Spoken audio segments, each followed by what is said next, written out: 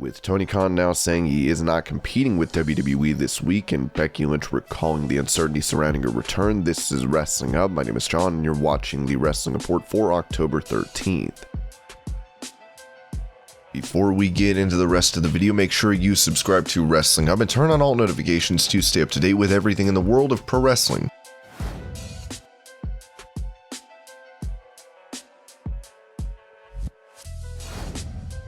While he's enjoying his time in AEW, CM Punk told Rich Eisen that he's interested in wrestling for New Japan. I'm both feed in on AEW, but I know a bunch of New Japan guys wind up coming over and wrestling on Dynamite and Rampage. I'm not averse to the idea, but I know they're in the throes of their G1 and stuff like that, so I don't know if they can spare the guys, and I think because of the pandemic, you don't see a whole lot of travel from America to Japan. I definitely think you'd have to do a hard quarantine once you got to Japan, and I just don't think that's a viable option at this point. I gotta do that when I kick acting gigs, and that's hard enough. To be in Japan for 2 weeks sitting in a hotel, I'd probably lose my mind, but I'm for sure interested.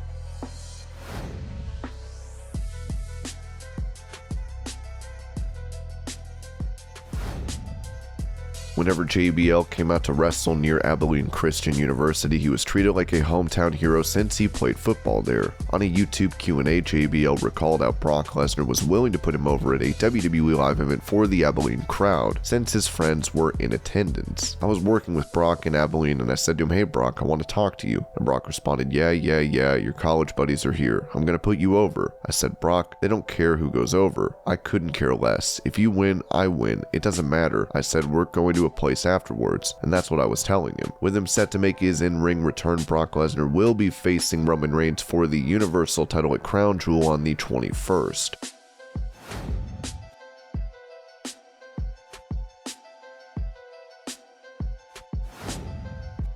On last week's Dynamite, AEW introduced the TBS title for the women's division. One person not happy with this is Jim Cornette, as he took to his podcast to blast the company. Tony Schiavone was in the ring with the new TBS title belt since we're moving off TNT, but apparently now the TBS title belt will only be for women. Okay, they've got a TNT title because I guess Dynamite is going to stay on TNT or not Dynamite. If you're going to stay on Friday nights, Rampage is going to stay on TNT. They're going to make the TV title on Dynamite for the women when they've already got the women's championship. Now they're going to have another women's title when they do not even have a women's division that is good enough to carry this. The finals for the title will be held on January 5th, as we'll have to see who ends up winning the TBS belt.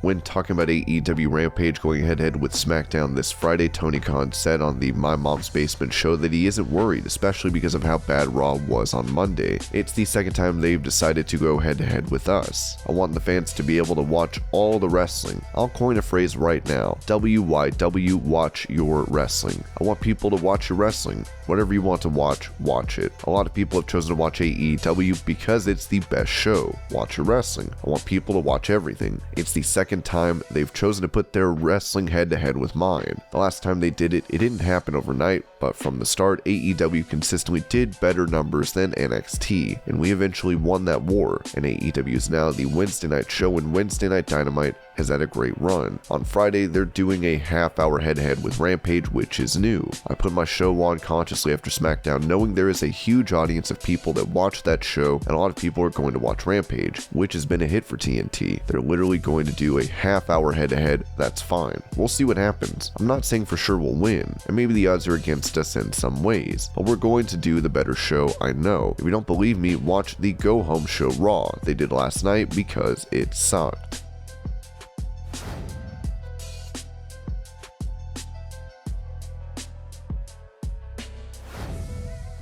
Speaking of AEW, Tony Khan told Brandon Walker about plans for a future streaming deal. I'm talking to great people about Warner Media and AEW partnering. I think there are great opportunities. I work with one of the biggest media companies in the world, and they have a lot of great ideas. Hopefully we can make a solution for the fans. Believe me, I get asked that question every day. I'm trying to build a library up. We've done over 100 episodes of Dynamite, pay-per-views, streaming specials. I have something nobody has ever seen before with The House Always Wins wins a pay-per-view level card. It's something I've been saving, and it's a great show nobody has ever seen. It's going to be available. With AEW airing on TNT and soon TBS, which are owned by Warner Media, they could have another partner under that ownership umbrella in HBO Max for a streaming deal down the line.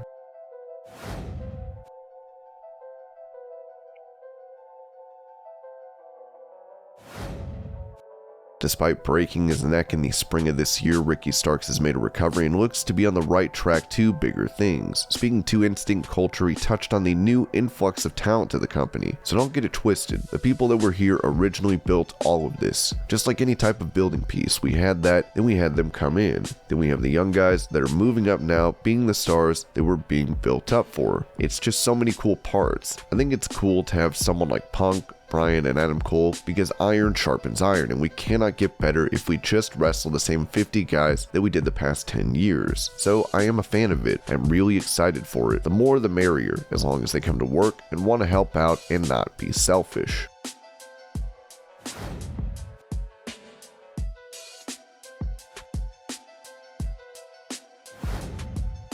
As he made his return on Dynamite last week to win the Casino Ladder match, Hangman Page has earned a shot at the AEW World title. Now the AEW president has confirmed to Robbie Fox that this bout will be taking place at Full Gear. Last year, the AEW World Title Eliminator Tournament culminated with Kenny and Hangman, which is very fitting because now as we go into Full Gear this year, Kenny is the champion and he's facing Hangman. It's been a long time coming for Page, with many fans hoping he'll be able to take down Omega to win the big one.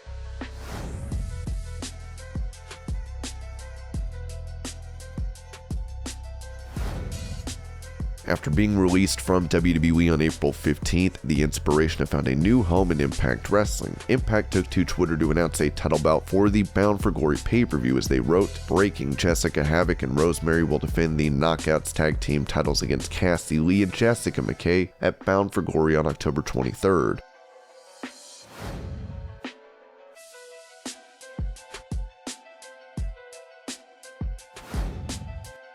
With him now in AEW, Bryan Danielson will face a former opponent in Minoru Suzuki on the buy-in for Rampage this week, as Bryan took to Twitter to send a message. "In 2004, I wrestled Suzuki one-on-one. He beat the tar out of me, showed me what violence and sadism inside a wrestling ring looks like. Since then, I've learned a thing or two about violence myself, and sadism. Excited to show Mr. Suzuki what I've learned."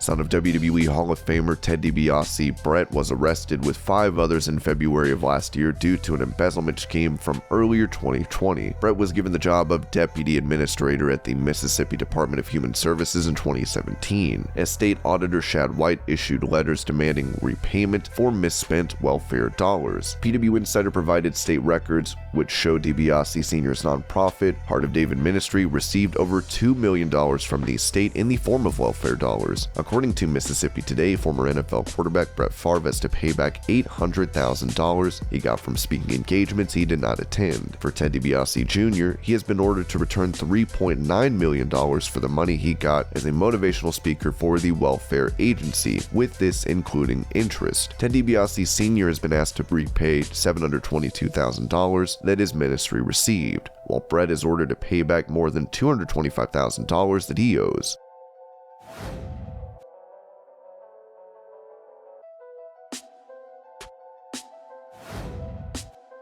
After becoming one of the most popular babyfaces in WWE, Becky Lynch would give up her Raw Women's title in May of last year to take time off due to pregnancy. Speaking on the Out of Character podcast, Becky touched on her time away. "Sometimes I think I'm a glutton for punishment because I love a challenge. Stepping away, I knew that I'd be losing my top spot, so it was a challenge. I envisioned everything as a Rocky montage, right? Coming back, how can this be a Rocky movie? I like that challenge of going away, being away for a year and a half, and then coming back and wondering if I could still be able to go, if I still wanted to go, if everything was going to change and maybe I would just want to be at home. I don't know. I didn't know how anything was going to go, but it genuinely made me hungrier." Becky would go on to admit that she was not certain that she'd make a return to action. "I was probably 60%. I was going to come back, but there is that 40%. I don't know how I'm going to be as a mother. I know how I am as a single woman with no other real priority, but as a mom and as a person in charge of a tiny being, I didn't know how I was going to be, and if it was going to change me so much that I would be like, you know what? what, maybe I just want to be at home now. I do not want to be at home. With her returning at SummerSlam and squashing Bianca Belair for the SmackDown Women's title, the two are set to collide again along with Sasha Banks in a triple threat match at Crown Jewel.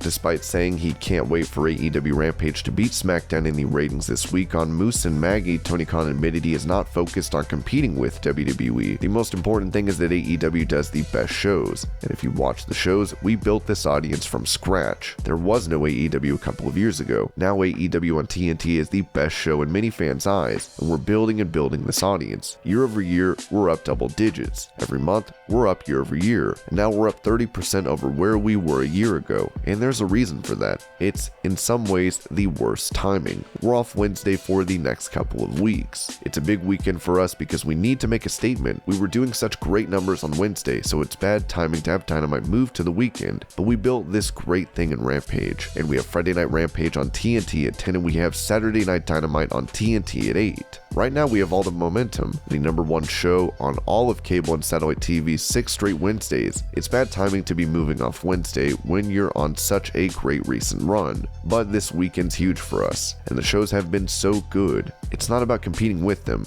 it's about doing our best show.